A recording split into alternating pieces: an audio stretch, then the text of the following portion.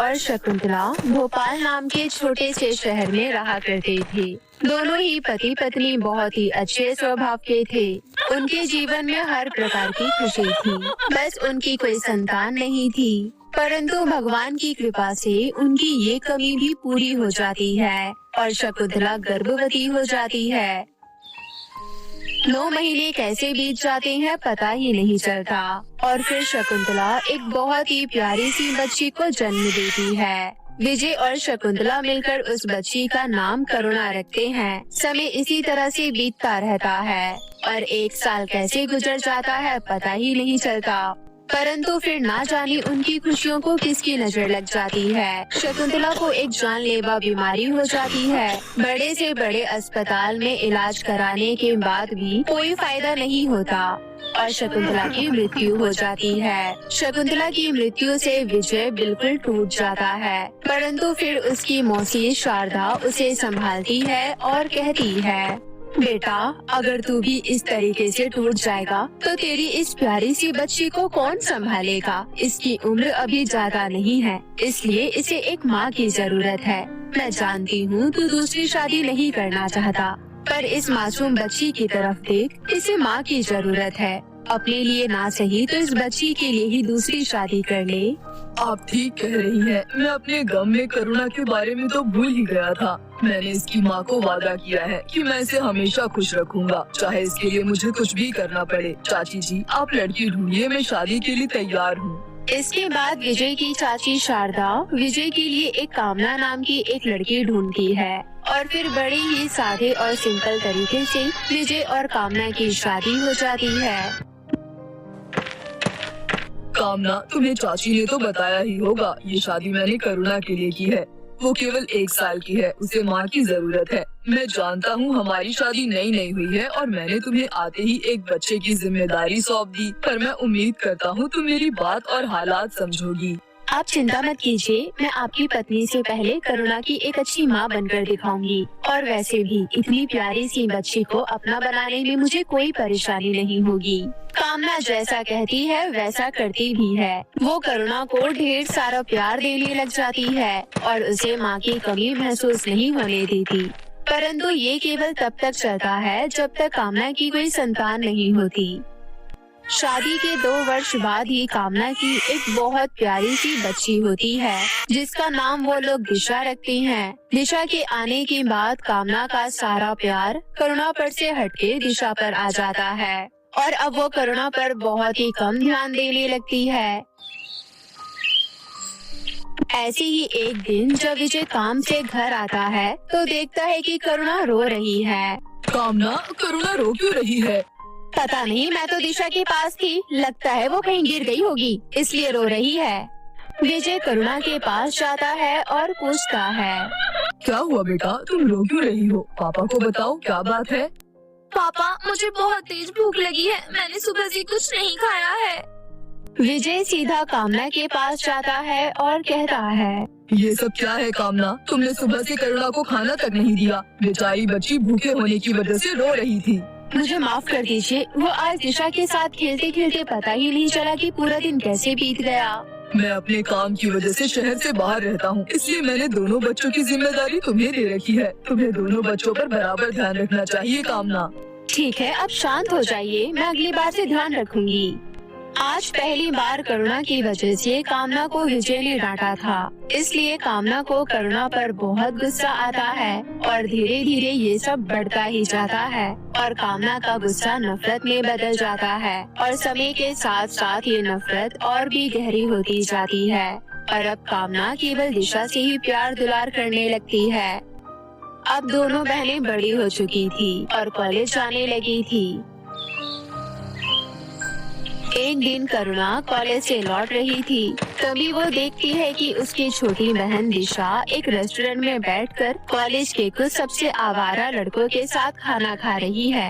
ये देखकर करुणा अंदर जाती है और दिशा से कहती है, दिशा तुम जानती भी हो तुम किन लोगों के साथ बैठी हो। ये लोग कॉलेज के सबसे बदमाश और आवारा लोग हैं। इनकी संगत में रहना बिल्कुल भी ठीक नहीं है और ये लोग दोस्त बनाने के लायक तो बिल्कुल भी नहीं है। तुम मेरे साथ घर चलो अभी के अभी। तुम होती कौन हो मुझे ये बताने वाली कि किसकी संगत अच्छी है और किसकी नहीं? ये मेरे दोस्त है और मेरे दोस्तों के बारे में बोलने से पहले 10 बार सोचा करो। और तुमने जो ये गलतफहमी पाल रखी है कि तुम मेरी बड़ी बहन हो, इसे अपने दिमाग से निकाल दो। मैं तुम्हें अपनी बड़ी बहन नहीं मानती। अब जाओ यहाँ से। करुणा बहुत कोशिश करती है कि वो दिशा को वहाँ से ले जाए, परंतु दिशा उसकी एक बात नहीं सुनती और उसे वहाँ से भगा देती है।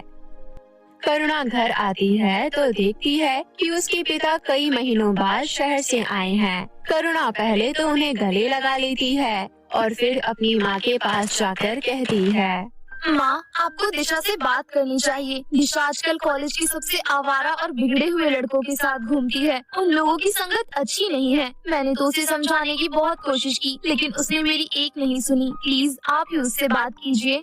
करुणा की ये सारी बातें विजय सुन लेता है। वो कामना के पास आता है और फिर वो कुछ कहने ही वाला होता है कि तभी दिशा वहाँ आ जाती है। आओ, तुम्हारा ही इंतजार था। क्या मैं इसलिए तुम्हारे कॉलेज की फीस भरता हूँ कि तुम आवारा लड़कों के साथ बाहर घूम सको? मैंने तुम्हें कॉलेज में पढ़ने के लिए भेजा है, न कि आवारागर्दी करने के लिए। करुणा से कुछ सीखो। वो घर का काम भी करती है और मन लगाकर पढ़ाई भी करती है और हर साल टॉप करती है, और तुम हर बार किनारे से पास होती हो, और उसका कारण तुम्हारी ये संगत ही है। शांत हो जाइए। दिशा अभी अभी घर आई है, उसे थोड़ा आराम तो करने दीजिए। ये सब तुम्हारी वजह से हुआ है। तुमने ही इसे सर पर चढ़ा रखा है। मैं तुम्हें पहले ही कहता था कि इतना लाड प्यार अच्छा नहीं है, लेकिन तुम मेरी सुनो तब तो।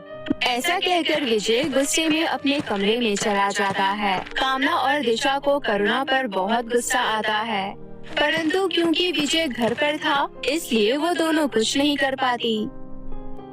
लेकिन फिर कुछ दिनों बाद विजय काम से शहर चला जाता है। विजय के शहर जाते ही कामना करुणा के कमरे में आती है और उसके कान मरोड़ते हुए कहती है, बहुत पढ़ निकल गए हैं ना तेरे। अपने बाप के आगे मेरी और मेरी बच्ची की बुराई कर रही थी। तेरी वजह से हम दोनों को इतनी डांट पड़ी और हमें इतना कुछ सुनने को मिला। लेकिन तुझे क्या लगा कि तू ऐसे ही बच जाएगी? जितना हमने सहा है अब तुझे उसका 10 गुना सहना पड़ेगा। मैंने नौकरानी को छुट्टी दे दी है। आज से तू पूरे घर का काम करेगी और तुझे केवल एक ही वक्त खाना मिलेगा, और वो भी बासी। माँ, ये आप क्या कह रही हैं? मैंने जो भी किया दिशा की भलाई के लिए ही किया। मैं नहीं चाहती कि दिशा बुरी संगत में फंसे और उसके साथ कुछ गलत हो। मुझे उसकी फिक्र है माँ। तुमसे किसने कहा मेरी फिक्र करने के लिए? मैं तुम्हारी बड़ी बहन हूँ दिशा। तुम्हारा ध्यान रखना, तुम्हारी परवाह करना मेरा फर्ज है। बड़ी आई बड़ी बहन बनने वाली। वैसे तू हमेशा मुझसे पूछती थी ना कि मैं दिशा को ज्यादा प्यार क्यों करती हूँ, उसे सब कुछ लाकर क्यों देती हूँ, क्यों तेरे साथ ऐसा व्यवहार करती हूँ। तो आज जान ले, तू दिशा की बड़ी बहन नहीं है और न ही मेरी बेटी है। मैं तेरी सौतेली माँ हूँ और दिशा तेरी सौतेली बहन है, इसलिए मुझे तुझसे इतनी नफरत है। कामना की ये बात सुनकर तो करुणा का दिल ही टूट जाता है। उसे समझ ही नहीं आता कि वो इस बात पर कैसे रिएक्ट करे, और कामना उसे कुछ सोचने समझने का समय भी नहीं देती और उसे काम पर लगा देती है। बेचारी करुणा सुबह से लेकर शाम तक झाड़ू पोछा बर्तन खाना यही सब करती रहती है। कुछ दिन इसी तरह बीत जाते हैं। फिर एक दिन विजय का वकील उसके घर आता है और कहता है, मुझे ये कहते हुए बड़ा ही दुख हो रहा है कि विजय जी अब इस दुनिया में नहीं रहे। शहर में एक बड़े एक्सीडेंट में उनकी मृत्यु हो गई है और मैं यहाँ पर उनकी वसीयत के बारे में बताने के लिए आया हूँ। उन्होंने अपनी सारी जायदाद अपनी बेटी करुणा के नाम की है। ऐसा कहकर वकील वसीयत की कॉपी कामना के हाथ में देकर चला जाता है। नहीं, ऐसा नहीं हो सकता। पापा मुझे छोड़कर नहीं जा सकते। एक वही तो थे जो मुझे सच्चा प्यार करते थे और आज वो भी मुझे छोड़कर चले गए। बेचारी करुणा बहुत रोती है, परंतु कामना और दिशा को कोई फर्क नहीं पड़ता और अब तो उनका अत्याचार और भी ज्यादा बढ़ जाता है। अब इस करुणा की बच्ची पर इतना अत्याचार करूंगी कि अत्याचार सह सहकर उसकी मृत्यु हो जाएगी और इसकी मृत्यु के बाद सारी प्रॉपर्टी हम दोनों के नाम हो जाएगी। अरे माँ, इस तरह से तो कई साल लग जाएंगे और तब भी शायद ये मनुष्य ना मरे। हमें कुछ ऐसा करना होगा कि एक बार में ही हमारा काम बन जाए। इसके बाद दोनों माँ बेटी प्लान बनाती है और एक गुंडे को करुणा की सुपारी दे देती है और उसे करुणा को जंगल के कुएं में फेंक आने के लिए कह देती है। वो गुंडा रात को आता है, किसी तरह से करुणा को बेहोश करता है और उसे जंगल के कुएं में फेंक देता है। परंतु कुएं में गिरने से करुणा की मौत नहीं होती, हालांकि उसे थोड़ी बहुत चोटें आती है और फिर कुछ ही देर बाद उसे होश आ जाता है। वो इधर उधर देखती है तो उसे पता चलता है कि वो किसी गुफा में है। वो थोड़ा आगे ही चलती है कि तभी उसे 2 जादुई सोने और चांदी के फ्रॉक दिखाई देती हैं। अरे वाह, ये सोने और चांदी की फ्रॉक कितनी खूबसूरत है, परंतु ये यहाँ क्या कर रही है? तभी उन सोने और चांदी की फ्रॉक में से आवाज आती है, कृपया करके हमारी मदद करो, हमें तुम्हारी सहायता की जरूरत है। मैं तुम्हारी क्या मदद कर सकती हूँ? करुणा, हम दोनों जानते हैं कि तुम्हारे साथ क्या क्या हुआ है और तुम यहाँ कैसे आई। हम तुम्हारी मदद करना चाहते हैं, लेकिन उससे पहले तुम्हें हमारी मदद करनी होगी। हम दोनों परी लोग की परियां हैं, परंतु एक चुड़ैल ने हमें सोने और चांदी की फ्रॉक बना दिया है और आज वो अपनी जादुई अग्नि में हम दोनों की बलि देकर अमर होना चाहती है। हम केवल तभी आजाद हो सकते हैं जब हमारे ऊपर उस चुड़ैल की खून की बूंदें पड़े। लेकिन मैं तो एक आम इंसान हूँ, मैं उस चुड़ैल को कैसे मार सकती हूँ?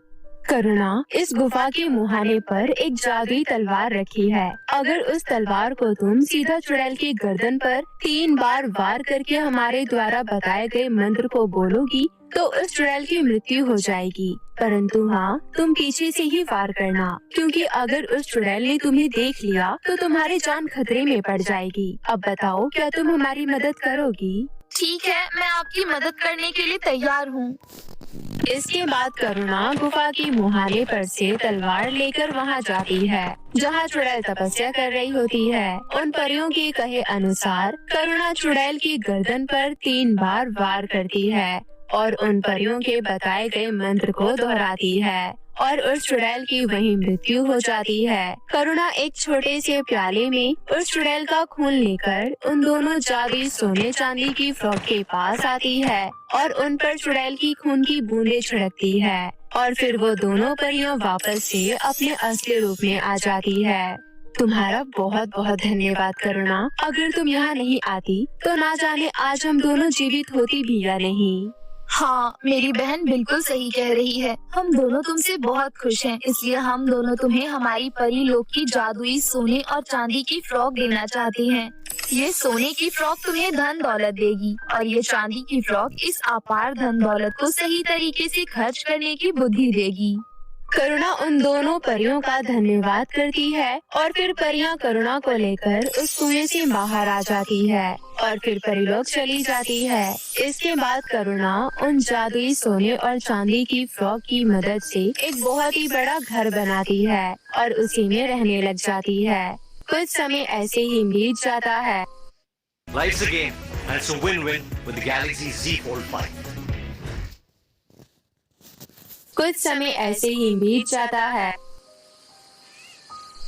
फिर एक दिन करुणा अपनी कार से कहीं जा रही होती है कि तभी उसे रास्ते में एक जाने पहचाने लोग दिखते हैं। जब वो वहाँ रुकती है तो देखती है कि उसकी सौतेली माँ यानी कि कामना सड़क पर बैठकर भीख मांग रही है। करुणा भागकर अपनी सौतेली माँ के पास जाती है और पूछती है, माँ, ये सब क्या हो गया? आप यहाँ भीख क्यों मांग रही हैं? और दिशा कहाँ है? सब बर्बाद हो गया बेटा, तूने बिल्कुल सही कहा था। दिशा जिन आवारा लड़कों के साथ घूमती थी वो बहुत ही ज्यादा बुरे थे। तेरे जाने के बाद तेरे पापा की सारी प्रॉपर्टी हमारे नाम हो गई थी, परंतु जैसे ही ये बात दिशा की उन आवारा दोस्तों को पता चली, उन्होंने दिशा को मार दिया और सारी प्रॉपर्टी अपने नाम कर ली और इसलिए अब मुझे इस तरह सड़कों पर भटकना पड़ रहा है। मैंने जो भी तेरे साथ गलत किया ये सब उसकी ही सजा है कि पैसा, पति और अब बेटी, अब मेरे हाथ से सब निकल गया। ऐसा कहकर कामना फूट फूट कर रोने लग जाती है। करुणा किसी तरह अपनी माँ को संभालती है और उसे अपने घर ले आती है। कामना करुणा से अपने किए की माफी मांगती है और करुणा भी कामना को माफ कर देती है। और उस दिन के बाद से कामना करुणा को पहले की तरह प्यार करने लग जाती है और इसी तरह दोनों माँ बेटी हंसी खुशी रहने लग जाती है। जादुई 3 गाउन की नदी। एक समय की